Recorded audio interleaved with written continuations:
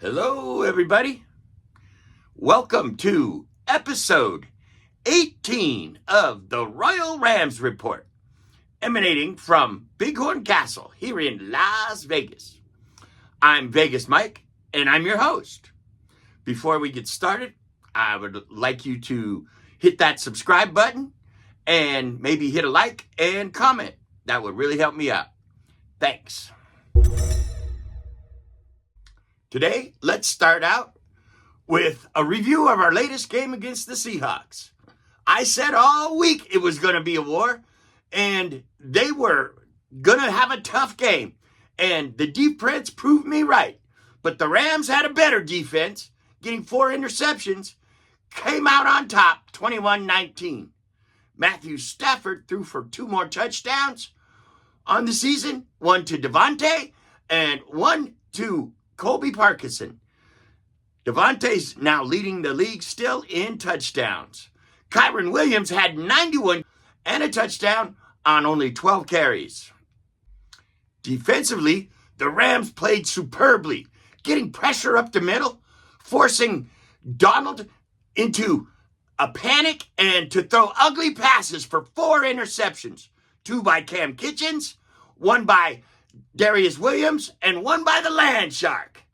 I love the resiliency of this team. I hope you realize what we're seeing here. Gotta love this team. Again, I'm going to put it out there. We need to sign Sean McVay to a lifetime contract. At the very least, 10 years. And it should be the most expensive head coaching contract ever. And it needs to be done right now. Stan, Kevin Demoff, I sure hope you're listening. Next, we're going to do our head-to-head matchup with the Buccaneers. We're going to start with quarterback. Matthew Stafford has 27 touchdowns to 2 picks versus Baker Mayfield with 17 and 3 picks. Baker's playing solid, that's for sure, but he's not Matthew Stafford. The advantage goes to the Rams on that one. Kyren has taken the running game to another level. I would like him running the ball more as we get closer to the playoffs, with Corum getting maybe 15 to 20% of the carries, versus Bucky Irvin and Rachaad White. I see the Rams being better here too. Our receivers of Puka, Devontae, Jordan Whittington, and Kadante Mumfield versus Emeka Egbuka and Ryan Miller. And they're missing Williams and Chris Godwin. I have said before, I believe Puka and Devontae are the best tandem in the league. The Rams win easily here. The offensive lines, believe it or not, are pretty evenly matched. Our interior is stronger than their interior, but our outside tackles aren't as strong as theirs. So it comes in as a push for me. Neither team comes out on top in this one. At tight end, we just lost Tyler Higbee to injured reserve. But we still have the rookie Terrence Ferguson, Colby Parkinson, and Davis versus the unspectacular Cade Otto, Payne Dunham, and Devin Culpert.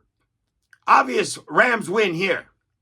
Now, on the defensive side of the ball, we start with the front 5.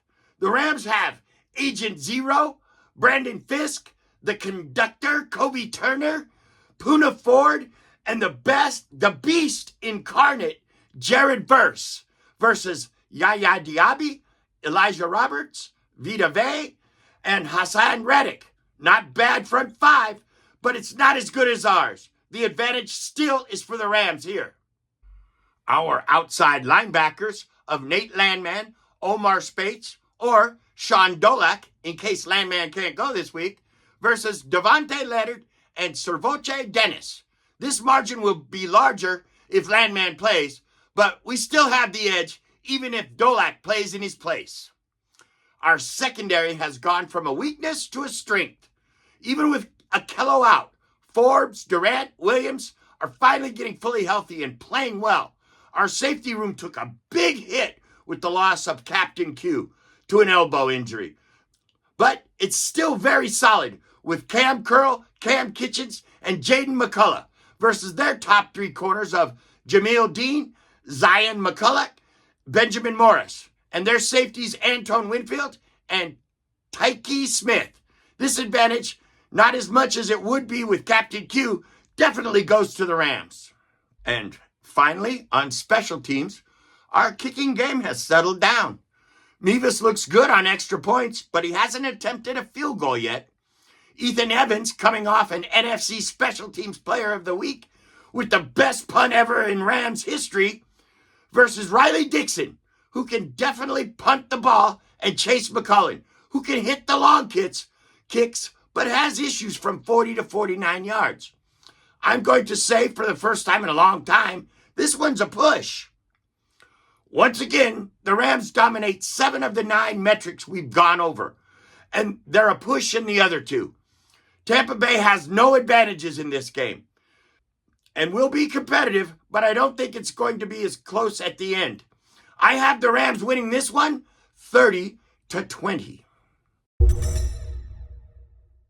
Okay, we're going to wrap up the show one more time with our memorabilia spotlight. Today I have another Kenner starting lineup. This one's from the greatest show on turf back in the day. Here it is. Torrey Holt. Can you see that? There it is. Torrey Holt this side. Let's do this way. Can you see it that way? Yep, that's it. Torrey Holt. It's pretty cool. He's up in the air, catching it, going up for it. There's the back. These starting lineups are really quite cool.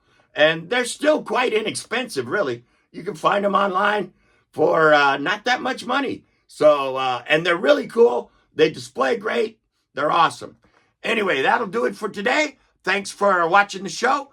I'm going to put out my NFC West thoughts and predictions here in a day or so.